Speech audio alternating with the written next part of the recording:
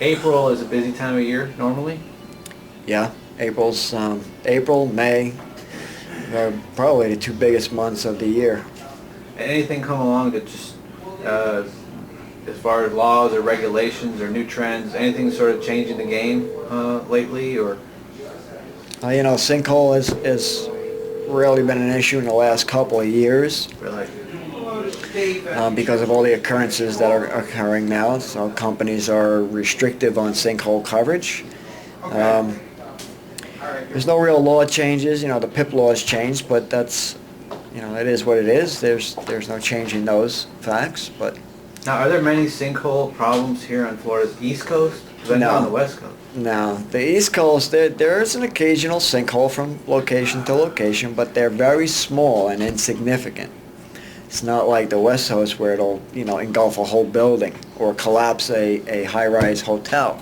Wow. So, their sinkholes here are very minimal, if any, occurrence. It's a depression more or less than an actual sinkhole. Okay. We're on bedrock. The West Coast is on limestone. Limestone erodes over time through the water veins on the ground. But here on the East Coast, it's the direct hurricane hit that's the biggest issue, I imagine. That's the biggest threat here for things that are not manageable or maintainable. Uh-huh. So, Yeah. most Any- catastrophe threat anyways. Yeah. Any advice or any bit of information you'd pass on is for people that don't know insurance, like you know insurance? Yeah, hurricane season's coming. Button up your house. Make sure, you have a nice coat of paint on some of the woodings.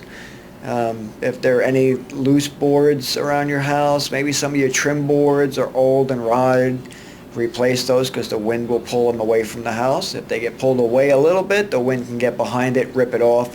Then you could pierce your window or something more damage more to your house. And the paint is just to protect from water damage more? Well, paint is a sealer.